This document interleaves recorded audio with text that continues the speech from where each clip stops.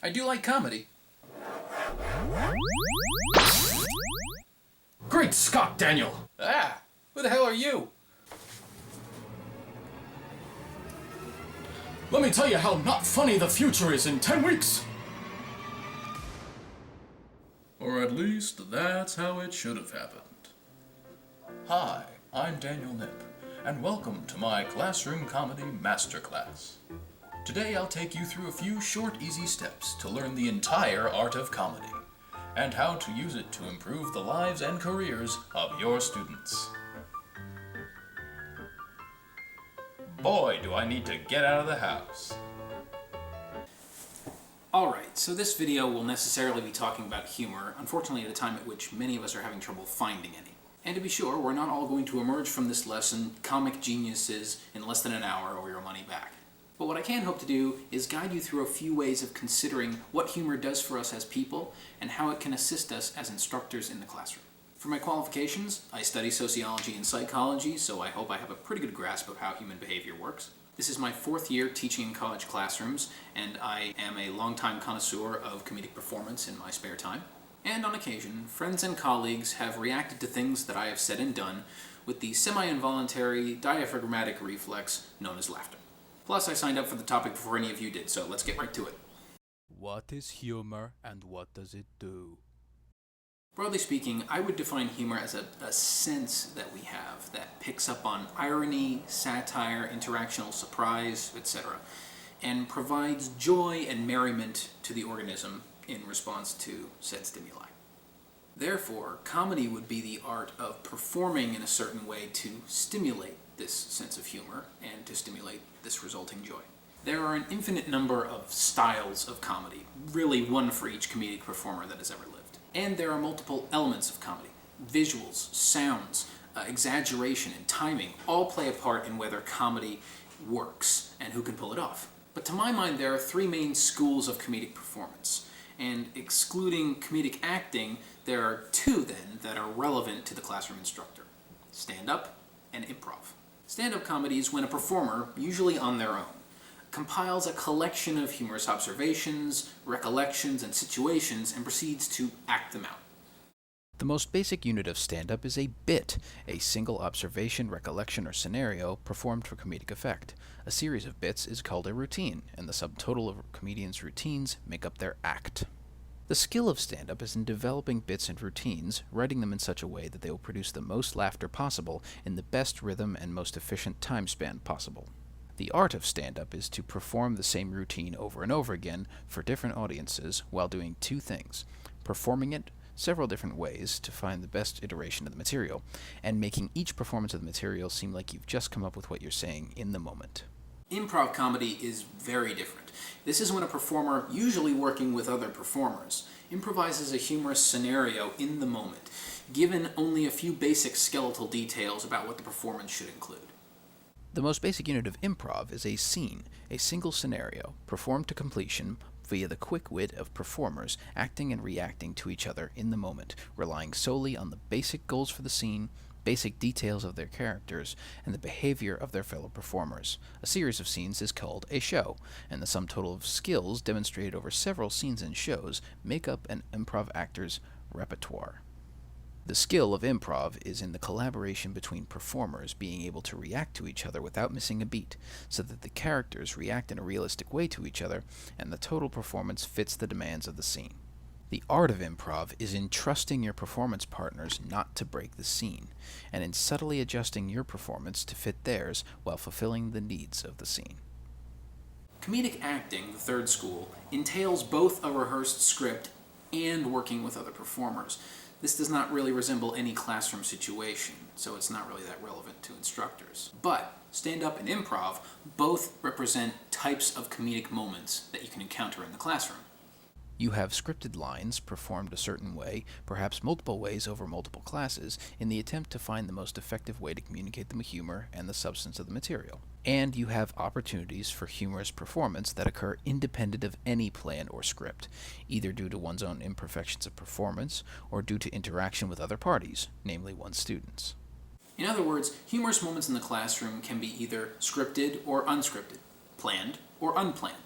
And if the goal is to incorporate comedy into the lesson, each type comes with trade-offs.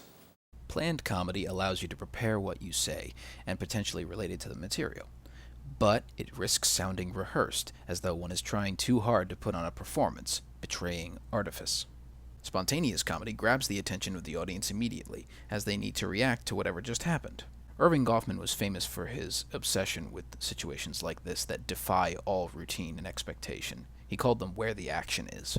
But these situations risk losing control of the environment if the reactions of yourself and your students start flowing naturally in the face of a lesson plan that needs to be followed. Both these types of comedy can have a place in classroom teaching, but should be used judiciously and approached carefully. To do this, we should look to those who have inspired us to include humor in our classrooms. Welcome back to America's Funniest Teachers. Among the many differences between comedy and teaching, one key difference stands out and makes incorporating humor in the classroom kind of difficult. Basically, in regular comedic performance, the goal is to get a laugh. Performance is art. It is funded by patrons who buy tickets in anticipated exchange for the joy of being entertained. But in a classroom, the immediate goal is to encourage learning and prepare students for assessment, making any incorporation of humor into the lesson plan a means to a different end. Humor in the classroom is not just comedy for comedy's sake. It's a tool to engage students with and to enhance the efficacy of their learning experience. So, it makes sense that humor on stage and humor in the classroom should have some different standards. To start out this section, I want you to think about the funniest thing that ever happened to you in a classroom. Take a minute and think of one. Was it instigated by the teacher or a student? Was it a one-liner, or was there an exchange? Was it intentional, and did it help with the lesson, or was it spontaneous and irrelevant to the lesson? Did it get out of control, or did it fit in with the rest of the material? Did it help you remember the material? And did it help you remember the teacher? When we think about these events, we should also think about what we as instructors need from our classroom. We do tend to require a somewhat controlled environment where we can cover specific material in a certain amount of time. And we prefer our students to respect our authority without feeling uncomfortable with it. And it's usually a good thing when we can relate to our students on a human level. It helps them to trust us when we lead them through their education. That said, there are plenty of funny classroom moments we could probably think of that, though amusing, were not necessarily conducive to education, where things got chaotic or out of hand. These events may be funny, but they may have disrupted the learning process. There are events where the amusing part was how the instructor was defied or their authority was delegitimized somehow. Amusing for students, not for the instructor. And there are events that allowed students to connect with each other, but not for the instructor to connect with the students as much. With any luck, a good instructor can produce humor and handle humorous situations as they arise, harnessing them to educational advantage. On that note, let's try another approach to thinking about our experiences with humor in the classroom. This time, think about the funniest teacher you can remember. What was funny about them? What was the funniest thing they did or said in the classroom? What did they teach? And what did you learn in their classroom? The point of these questions is to highlight that, hopefully, funny teachers can still be good teachers. They will allow for joyful, connecting moments in the classroom without losing control of their ability to educate effectively. The goal is to use these humorous moments to help your students remember the experience for their educational benefit. And if you remember from any of these events something about your teachers and what they taught, then they successfully did that for you. From my own past, for example, I remember Mr. Wilson, who taught physical sciences in 8th grade. He had this really dry wit and would use it to answer us honestly and keep us honest with him when we conducted experiments in the classroom. When he visited high school with the incoming freshmen one year, a group of former students surrounded him and asked him which person he had liked the best. Referring to me, he said, "Probably Dan, because he was quiet." I remember Mr. Ross, who I took film and electronic media with in 10th grade. He used false ego and quick retorts to counter our boundary pushing and keep us focused on the tasks at hand. As he was asking us to write a review of a film we had just watched, the following exchange took place as a student spoke up just to bother him. "My pen died. I'll be sure to hold a funeral." I remember Miss Monda, my sarcastic and cynical chemistry teacher in 10th and 12th grades, as she commented on what she thought high school curriculum should be, she said, "The state of New Jersey does not care about my opinion, to their detriment." I remember Mr. Schmarge from 10th grade geometry, who at the beginning of class was attempting to get 20-something high school students to stop talking, and he had the following exchange with a fellow student. "Knock, knock. Who's there? Shut." I remember Mr. LaCurza from 10th grade, who taught us American Lit. He embraced his nerdiness when he told us, "I'm totally awesome and was reading about philosophers the other night. My ties were ironed, my glasses were polished, I needed something to do." To increase participation, he said, "Does anyone want to read? Come on, you'll be the coolest person ever and I will give you a high five and a paperclip." And when asking for an affirmation that we understood something about the assignment, he said, "Give me something. Roll your eyes, nod, wink, flip me off." And I remember Mrs. Souza from 11th grade English Lit, a legit former New York comedian who launched into a goofily exaggerated chorus of Stephen Still's "Love the One You're With" to explain a poem we just read, and once proclaimed, "Read poetry with your boyfriend. If he says, 'No, that's stupid,' dump him." And of course I remember Jack Levin, my professor and mentor at Northeastern University, who used to perform magic tricks halfway through a 100-minute Friday morning lecture, including his famous Superman impression. Okay, you got to picture like a 70-year-old guy who looks like Albert Einstein doing this.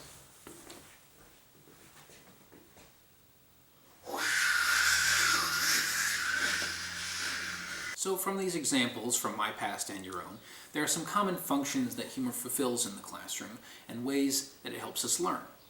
Comedy, when successful, is very much an art of keeping people's attention. Incorporating humor into material keeps students focused on where the material is. Enjoyment gives us reason to remember. Detailed recall naturally follows with the positive emotional richness of a memory.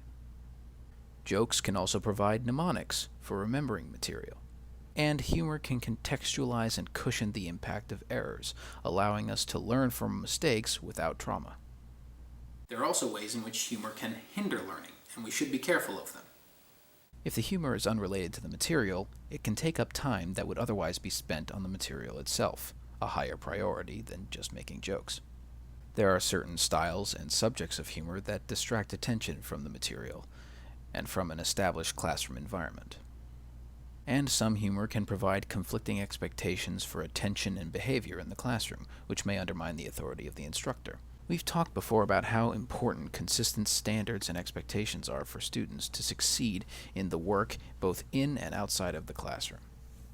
Combining this information with what we gained from analyzing comedy by itself, we can distill a bit of a dimensional model of classroom comedy. Here we have an axis representing how planned a joke is. It can happen completely in the moment or be scripted beforehand to be delivered in an exact way. We have another axis representing how relevant a joke is to the material. Is it related to what is being taught about, to be used as a mnemonic device? Or is it a comic interlude or intermission between thoughts, to be used as a break, an attention reclaimer, or to put students at ease in the classroom? And then there is a unidirectional axis, which represents the degree of outrageousness the joke embodies. Think of this as a scale from 0 to 100, where Ben Stein is 0, boring, drab, and Robin Williams, Richard Pryor, or the comedy stylings of South Park is 100, completely off the walls crazy and potentially risky to some sensibilities. Now that we've explored our experiences and harvested some comedic wisdom from the teachers in our past, and developed a few ways of considering comedy's utility in the classroom, it's time to move on to how to make jokes and influence students. So I have to admit that as far as we've come today, comedy is a difficult thing to teach. Comedians have debated whether comedy can ever be learned, or whether it's more an inherent aptitude that people either have or don't, like an ear for music. My personal opinion is that comedy can be learned, but is usually learned better through socialization or natural experimentation than via lecture-style instruction. Which is why I have slightly altered the format of my presentation this week, to provide a bit higher of a ratio of demonstration to explanation. And it's also why I can't guarantee success, especially not immediate success, to anyone who tries to implement these principles explained today in their teaching. There is a reason that so few comedians achieve real success and fame relative to the number who try it, and also a reason why those comedians went so long without decent income, honing their craft over years. But again, you don't have to be a comedian. You can just be a teacher who tries to be funny sometimes. And even that little in the way of learning and training can help make the difference in how impactful and memorable your course is for your students. We should start this tutorial in applied classroom comedy by addressing the viral elephant in the room. Well, I hope it's not in this room. Obviously, the current COVID-19 situation has been rough on everyone and has changed the way we interact with our students. But for the present lesson, it has given us the opportunity to discuss the fact that comedy, like sound itself, works differently when perceived through different media. Different classroom environments provide different levels of audience interaction and affect the relevance of comedic timing. So here are my recommendations for the best ways to incorporate comedy into teaching depending on what the classroom environment looks like. In a lecture situation, communication is largely one way, so incorporating some one-liners and humorous anecdotes into your lesson plan every now and then will help break the tension and perhaps illustrate a point or two. In a discussion section, there is much more opportunity for interaction. You can joke around with students, exchanging witty remarks and banter from time to time. Virtual meetings will probably not be conducive for the kind of timing that allows banter to work well, so probably treating these like lectures with a few one-liners and humorous anecdotes is appropriate. With asynchronous instruction, like this, we are back to a one-way format, except this time we have no direct audience feedback. For comedians that rely on immediate measurements of laughter to maximize entertainment value, this scenario would be a nightmare. However, there are YouTube entertainers who do this kind of thing all the time. I myself have produced several video blogs involving humor. So my recommendation would be this, doing what I'm doing right now. Make a performance out of it. Pepper your lesson with one-liners as you would in a lecture situation, but feel free to include short skits and scenes as well, in a way of extended one-liners or humorous anecdotes that you can act out in a more creative way. Aside from the medium-dependent aspects of incorporating humor into course instruction, I can also provide some tips and tricks that I've developed over the 2 decades I've been performing comedy for friends and YouTube followers, filtered through additional lessons that I've learned over my 4 years teaching experience. Obviously, for the classroom, police your humor a bit. Try not to go too raunchy, too partisan, too morbid, too dark. This know your audience rule applies everywhere, but especially where your career and your students' grades are at stake. This isn't the comedy club. It's a classroom with a purpose to educate, not to shock or entertain. For all intents and purposes, you're the stage director of your classroom. If humor comes from an exchange with your students, you have the power to choose the direction that humor goes, constructive or otherwise. If you relinquish that power even once, it's very difficult to get it back. Find a balance between providing comfort and joy through comedy and using the authority vested in you to keep the classroom proceeding in a productive direction. Most of all, be prepared for the humor to not work. Senses of humor vary by type and intensity, and there's no telling what your audience will do with what you give them. Roll with the punches and use their reactions to refine your comedy for next time. For those of you who may be somewhat new at infusing your classrooms with comedy, this last point is especially true. Additionally, there are some other things to try. Self-deprecation and showing your humanity are easy and immediate windows into developing a comedic relationship with your students. For example, if you make a mistake during teaching, don't try to ignore it or cover it up. Make a show of it. When you stumble over your words, make a funny face and babble a little bit. When you forget or confuse something from the material, blame the fact that it's Monday, even if it isn't. It's amazing how immediately students can connect to you when you reveal your imperfections and tell them that having some is completely okay, even for someone in authority like you. Also, use the comedy of others. If comedic media is relevant, feel free to include it in your lesson plan, perhaps with some slight contextualization and analysis. Clips, puns, and memes are all fair game for this. Crash Course, Vlogbrothers, TED Talks, CGP Grey, and other online educators often incorporate humor into their lessons. So showing them in class will not only provide lesson material, but will also give you, the instructor, a tutorial into some successful techniques that you can try out for yourself later. Overall, don't put too much pressure on yourself at first. Start with tame jokes in class. The laughs will be smaller, but the risks will be lower, and the stakes will be smaller in case things don't go as planned. There's another point to be made about trying comedy for the first time, even in a limited application. It is comedic kryptonite to anyone aspiring to build comedic skill for someone to come up to you and say, "Oh yeah? Tell me a joke." Or, "Alright then, be funny." Amusing people on demand is extremely tricky, especially since much of humor is about confounding or manipulating expectations. So as much as you might want to plan it all out and try hard to make comedy work, like a Chinese finger trap, trying hard might not actually help you that much. Planned jokes are good, but if you let your natural humor find its way out, it will seem more natural, less rehearsed, and funnier. And it will show a degree of comfort and trust with your student audience. I choose to make this point with a joke that I trust this group of people with. Sometimes, jokes are like farts. If you force them, they turn out to be shit. I truly apologize if that joke offended anyone's sensibilities. I included it to make a point. If I were to chart this joke on our dimensional model, This joke was moderately relevant to the material. The point of making it was to drive home the notion of trying too hard, and to be able to chart the joke afterwards like I'm doing now. So it was instrumental and instructive. I also consider the joke to be in the middle between scripted and improvised. I've heard this comedic simile before, and I plan to make it in this video. But at the same time, I had to deliberate on whether to include it or not, and only decided to do so later in the creative process, given how outrageous it was. It was risky, as profane and scatological humor always is. In this case, I felt the outrageousness of the joke was part of what could make it so instructive. It was somewhat memorable, so the point it made would also be remembered. And though I apologize if the joke offended anyone, it may not have, because we, as classmates, have a common understanding of trust that we have developed over time, which is why I was comfortable taking the risk this time around. I've been hitting upon a recurring point here. Comedy involves risk. And I think it'd be unfair to conclude a list of pointers about classroom humor without examining some of the deeper implications of utilizing it with students who are, after all, under our guidance. The way I have decided to do this next is via an analogy to 3 theoretical paradigms of sociology. I hope you enjoy this, sociologists, and for everyone else, I at least hope it's useful. Basically, we can analyze the risks and rewards of comedy in the classroom through the lens of specific paradigms for studying society. The first is structural functionalism. Structural functionalism views society as an organism in which social actors, institutions, and forces play the parts of cells, organs, and fluids in the organism, with each element playing a part to function for the good of the whole. Paralleling this paradigm, comedy can be functional, as we've discussed.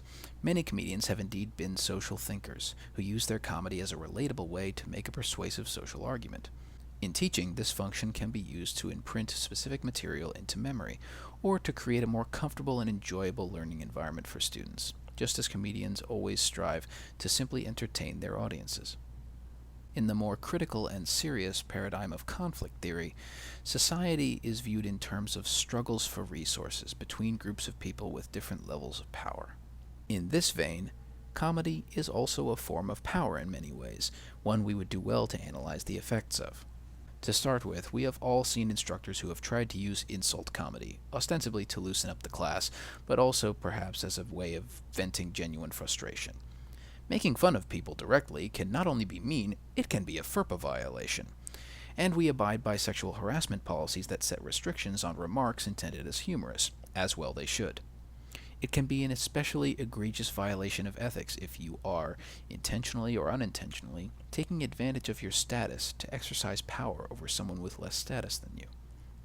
When considering the power of your comedic remarks, take into account the fact that you already have authority in the classroom, and that authority is cut with the socio-political power of your status characteristics as a person in society. Jest lightly about behavior in the classroom.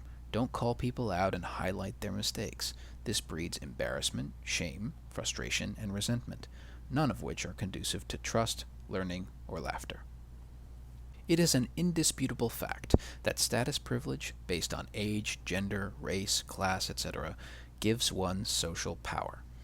This power can be levied against others through comedic remarks. Some comedians choose not to see this and end up hurting people in their wake.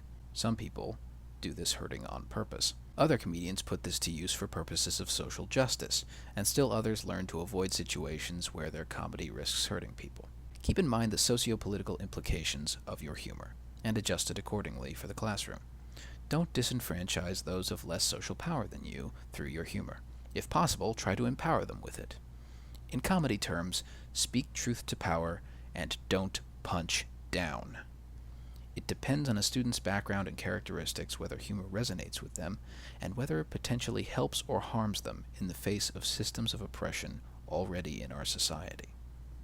On a similar note, audience expectations are different for instructors who are women, people of color, etc. They can be judged by harsher double standards and have less leniency given to them regarding what kinds of humor they can get away with and not be reported or negatively evaluated for. This knowledge should also inform the style of your classroom humor. The last of the three theoretical paradigms of sociology is symbolic interactionism, which views society at a micro level as individuals communicating with each other via shared ideas, forming relational and cultural bonds. This is apropos to discuss, because comedy is both intensely cultural and extremely relational. Humor is based on shared cultural understandings, including variance in language, attitude, and social cohesion. Looking back on these humorous quotes from my high school teachers, part of the shared understanding we had was that we high school students, in some way, deserved to be ridiculed, since some of us were ridiculing the teachers first. Another part of the cultural context was, admittedly, the fact that my high school was very white and very upper middle class, as were our teachers, meaning that the teachers who employed humor in the classroom had less caution about being sensitive to socioeconomic and cultural differences. Think about how your jokes symbolically translate to people of other statuses, other backgrounds, other walks of life, and other degrees of privilege. It will help you to refine your comedy and reach out to your students better. Finally, and relatedly, humor is fundamentally relational. It's a way that we find and celebrate our commonalities and enjoy each other's company. It works when there's a shared understanding between you and your students, a shared definition of the situation. This means that, in spite of the differences in background between you and each one of your students, you have the opportunity to create a new culture right there in the classroom. This is why comedy depends so much on the level of trust you have with your students. Creating an open, intelligent, conscientious, and honest academic environment will allow a collective symbolic language, a shared sense of humor, to develop in the classroom between everyone who resides there. I hope this metaphorical crash course in sociology wasn't too boring for any of you. But I feel that this framework organizes a good number of the risks and rewards of incorporating humor in the classroom that we've covered so far, and some decent ways to approach trying it yourself. Above all, remember, for us teachers, comedy doesn't have to be a creative object with so much stake in getting it right. By way of summation, humor to me is less a creative act, or the result of one, than it is an attitude. And in the classroom, that attitude is about allowing yourself and your students to have fun. Fun with a purpose. It's a dedication to having fun with what you have to accomplish as a teacher and allowing them to have fun with what they have to accomplish as students. And also remember, humor is always relational, involving trust and openness. It's a relationship you choose to have with your students. And like any relationship, it deserves to be carefully maintained and worked on. To create and maintain such a relationship requires something that instructors may be allergic to displaying: vulnerability. We think of vulnerability as something that destroys status and authority and calls expertise into question. But within any good performance is an act of vulnerability. You have to confide in your audience. This includes openly making mistakes and correcting them, telling them humorous personal stories, expressing true enthusiasm for a topic enough to view it joyously. These are all acts of vulnerability, and they all allow for a better relationship with your students. It is this vulnerability that makes humor and enthusiasm so contagious, because we are choosing to share something of ourselves and letting our expectations of respect and one-sided evaluation fall away. Put it this way, your students are already vulnerable to you, as they wait on a grade from you and put their energy toward what you want them to do. In order to have a good-natured relationship of trust and fun while doing that, you must allow them to see your own vulnerabilities as well. Doing that encourages a bond of trust that will foster productive learning and create good humor in the classroom.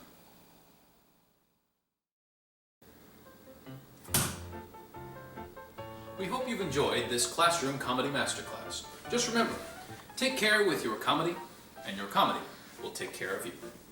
Best of luck, my friends. I'm Daniel Nip, and until next time, please, get the hell out of my house.